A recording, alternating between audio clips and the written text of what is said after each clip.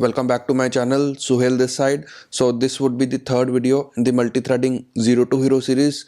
So in this video we will discuss about the critical section. What are the problems in the critical section when multiple threads try to access at the same time, and then we'll see how we can solve those problems, right? And the other thing, we will discuss about how the inter-thread communication is being done if we have multiple threads, right? So without wasting time, let's get started. Right. So first of all, what is a critical section? So let's understand this with an example. For example, you have a bank account, right? In the bank account, you have some kind of balance is there, right? Now the balance, the amount which you have, right? So bank account is a kind of shared resource, right? Now if multiple threads try to access or update the balance, your bank account balance at the same time, right? So it may cause some of the problems. Now what are the problems it may cause? Now here, for simplicity, I have just drawn two threads, they are the withdraw and the deposit. Let's assume you went to bank to withdraw some of the amount, but at the same time some other person is trying to deposit the amount in your bank account, right? This happens in the real life. Now imagine there could be multiple such cases. You are supposed to receive money from multiple persons, right? So at the same time your salary is also being credited, and you also go to the bank to withdraw the amount, right? At the same time your friend is depositing amount into your bank account. So it would be a real case that many of the threads try to access or update the same bank account balance, right? So what are the problems would be caused if the things are happening at the same time? Let's see this. Now for example, in the bank account, right, there will be two buttons, right? Now we can depict that with the Java class. For example, we have a Java class is the bank account, and there are two methods in that. That is, first one is the withdraw and the other one is the deposit amount, right? Now in the withdraw method, what we would try to do, okay, we are trying to withdraw some amount that is being passed in a parameter. Now if balance, the bank account balance, let's assume as of now currently when you go to the bank account, you have the balance as 1000, right? That is the initial value, but you are trying to withdraw amount more than 1000. Then what the exception, you will get the exception that no much sufficient amount, right? Because you can't withdraw amount more than 1000, right? So but the main point here is you are trying to update the balance. If you are trying to withdraw the amount, let's assume 200, now the balance would be updated. Now at the same time the deposit method could also be called by some of the other thread, and what it is doing, it is also trying to update the same account balance, right? Now this would cause the problem because first of all, this is a critical section, right? So the critical section is a part where you are trying to modify the shared resource value. Now here what is the shared resource is? Shared resource is the balance, right? Now in the withdraw also you are trying to update the balance, and in the deposit also you are trying to update the balance. So this is the critical section. Now the inconsistency in the data would arise if multiple threads or withdraw and the deposit both try to update the balance at the same time. That we have already discussed in the last video, right? Now let's see how we can solve this problem, right? Now we can solve this problem using the synchronized keyword, right? Now what is the synchronized keyword, and what are the other methods we can solve this problem? In Java we have two ways to solve this problem. First is the synchronized keyword, and the second is the lock interface and its implementation. But for today's class we will discuss only the synchronized class. Don't worry, we'll discuss about lock interface and its implementation in the upcoming class in much depth, right? Now let's first understand how we can use the synchronized keyword. Now there are two ways where we can use the synchronized keyword. Now first of all, what synchronized keyword does, it controls access to the critical section of code. For example, it controls the access, that is the withdraw and the deposit. Now if you apply the synchronized method, synchronized at the method level, if you see here, I have just introduced the synchronized keyword along with the method. For example, the public synchronized int withdraw, right? And similar to that, the public synchronized void deposit, I have just used the synchronized along with the method name, right? Now what would happen in this case? Only one of the thread would try to enter this critical section at the same time. Now if two threads are coming, that is the withdraw and the deposit thread, right? Both are coming at the same time. Now the other one of the thread would go into waiting state. Only one thread would be able to enter this critical section, either withdraw or the deposit, right? Now if we don't use the synchronized keyword, then we have seen the problem, the data inconsistency and the other problems, right? But this is the first way of using the synchronized keyword, right? Now the other way of using the synchronized keyword, it is at the block level. Now if you see on the right side here, we are just doing this synchronized only on the part where the value is getting updated, or the if you are here the only the value is getting updated, we are just doing that part only synchronized. This would increase the performance, and this the other one where we are using the synchronized along with the method level, it would decrease the performance, right? Why? Because your method internally might be doing some other things, right? Other than updating the shared resource or reading the shared resource, your method is might be doing some kind of validations, right? For example, here I am doing some kind of validations, but imagine this is a very simple if condition. Imagine if your method has some more validations, so it would be kind of it would be more time taking, right? The CPU would take time to execute all these things, and it would get a chance only and only when the when no thread is trying to when no thread is there, or when no thread is enter into the critical section, right? So that is where we always prefer on the synchronized block level, synchronized on the block level, not at the method level, right?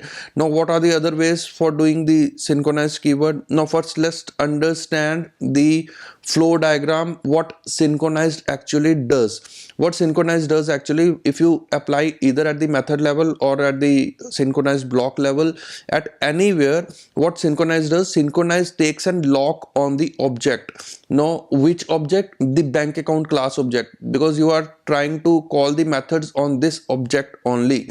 If the lock is available, then only the thread would be able to perform the critical section or enter the critical section, right? Now how would say, okay, the lock is available? No, that is done by the JVM internally, for example with the help of synchronized keyword or synchronized block level. So what happens, JVM checks that the already one of the thread is entered into the critical section, so it takes a lock internally, and if the other thread is trying to access the critical section or the same or the other method where we have applied the synchronized keyword, the other thread would wait because there is no lock available. Now let's understand this with the flow diagram that is I have prepared just for simplicity. You can have a better idea.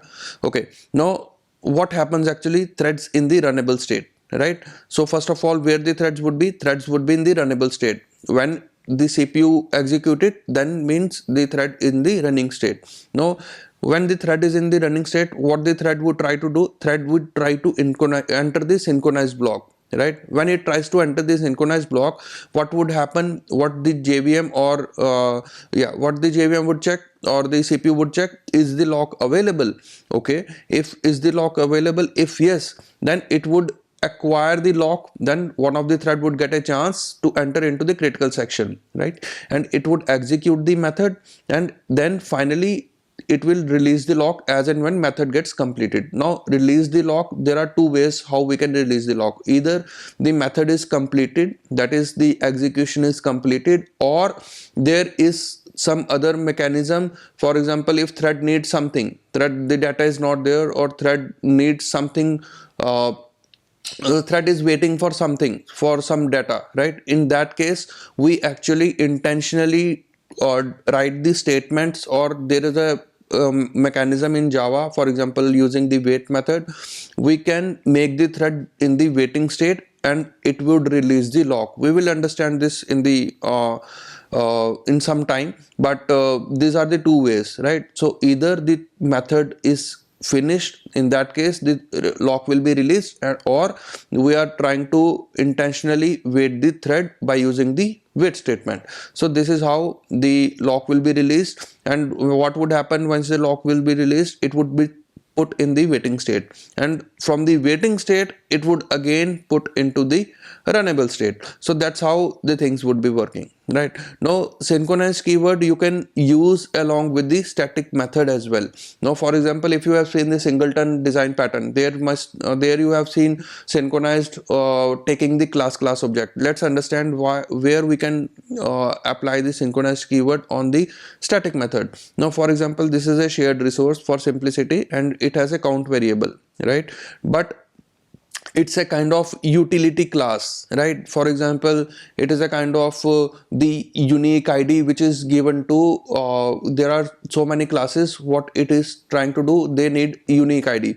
So that's a shared resource which has the static counter, and this method has been made as synchronized, and the void increment is there. What it would do, it would just increase the count, right? Count plus plus. In this case, what the thread would try to do, in this case thread would try to access take a lock on the class object, right? Now what is a class object in Java? If you have seen, in Java there are two types of objects. One is the object which we try to do kind of new object, right? For example, there is a class new shared resource, right? The first is this one, right? This is the one kind of object. The other kind of object is the class object. For example, when the class is getting loaded into the memory, right, at that point of time we have the class object, it's being created. So what the synchronized on the static block or static method it will do, it will create a lock on this kind of this class object, right? So this is how synchronized keyword work. Now let's understand how the threads gets communicated, how the inter-thread communication is being established in case of multi-threading, right? Now let's assume no, there are two ways how the threads can intercommunicate. First of all, the first way is as we already discussed, the kind of using wait, notify and the notify all methods. And the second way is using locks and the conditions, which again we will discuss in the upcoming videos. But for today's class, let's understand wait, notify and notify all, right? First of all, in which case we need inter-thread communication, right? Basically we need an inter-thread communication, but what are those cases in which case we need this, right? Now there are multiple cases in real life. For example, let's take an example of printer, right? If you give a command to the printer, right, now that is depicted by submitting jobs thread, right? That is a jobs thread. What it is doing, it is giving some data to the printer to be printed, right? But do you think it would also print this job only doing the printing as well? No, the print job is something else. That is a different thread. What it will try to do, it will try to see if there is any data to print or not. If there is a data to print, it would print that kind of data. Now for that I have depicted this with the two threads. The first thread is the submitting jobs thread and the other is the print thread. Now there is printer is a kind of shared resource. Okay, now these are the thread timelines, the print thread and the submitting jobs thread. I have just, for visualization, I have just prepared this, that these are the two thread timelines, right? Now at T0 state, what would happen? For example, the print thread is continuously running, right? And it will continuously run to print the job if the data is there, right? If the data is there, it would print the data. Now at T0 state, the print thread is running. Now it would see, is there any data to print? Okay, the data is not there. Now what it will do, it will go into the waiting state. Otherwise, if we don't mark it into waiting state, it will just consume the CPU resources and the other resources as well. So for better resource management, it is highly recommended to put the thread into the waiting state. Now we'll call the waiting state. Now how it goes to the waiting state, what happens behind the scenes, JVM maintains a queue of waiting threads who are waiting for a lock on object, right? Now here, for example, the printer is a shared resource, right? There is a one object of the printer. On that object only it would enter into the waiting queue. For this, for example, the printer obj1 represent the printer object, right? And it has the waiting queue. Now it would pass this thread into this queue. That is done, right? Now the thread would be in the waiting state. Now let's assume the submitting thread is also running, right? Now it will at t1, at the timestamp t1, the data, it gets a data to print, right? The data is changed to, for example, 10. Therefore, from where we get the data, for example, there is an external service from where we are just sending the data to be printed. Now the data gets changed to 10, right? Now what it will do, this data has to be printed, but right, but now what is happening, the print thread is no more in the running state, it is in the waiting state, right? But someone has to notify, or someone has to tell the print thread, okay, now the data is there, you go and just print the job, right? Go and just print the data. Now who will notify that? This thread will notify that. The submitting jobs thread will call the notify or the notify all. Now where we use notify, or where we use the notify all. Notify is actually means it would remove one of the waiting thread on the object, right? This is the printer object and this is the queue, right?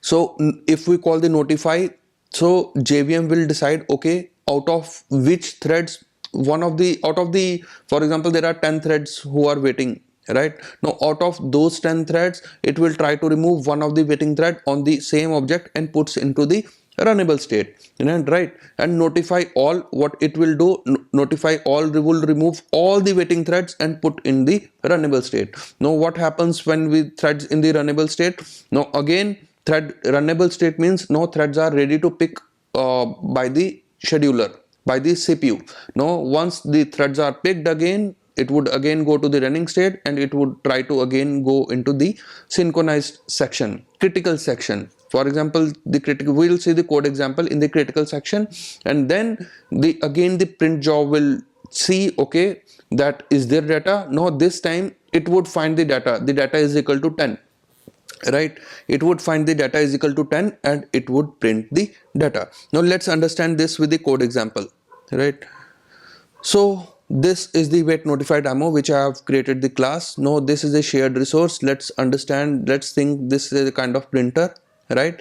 And this is a submitting job that is a task, that is a separate thread. I have used the functional programming here, right? For example, we are just intentionally trying to sleep this producer thread, right? So just for some time, so that my print thread gets a chance to run, right, first at t0 state, right? Now what is the print will do? Print has to consume the data and print the data. That is the only job, right? Let's understand. And this is the submitting thread and this is the print thread, right? Print thread would consume the data and this submitting job would produce the data. And finally what we are doing is we are just starting the print thread and the submitting thread. Both threads we are starting. Now let's understand this shared resource. What is happening? For simplicity, I have just taken here the simple integer data that we have already seen in the section, right? Now what the produce will do? Produce, who will call the produce? The submitting jobs thread would call the produce, right? Produce, it will try to produce the data is equal to 10, right? And what the consume will do? Consume will try to consume the data, right? And for example, it will try to consume the data, and then if the data is available, it will again see, it will try consuming data continuously. Now here if you see that while data is equal to null, right? Now while data is equal to null, what we are trying to do, we are we are making this thread into the wait state. Now what the wait will do, wait method will release lock and enter into the waiting state. This is where the print thread would go into the waiting state at t0, right? And till where we have to do, while the data is null. Okay, now your next question could be why you are using while, why you are not using if.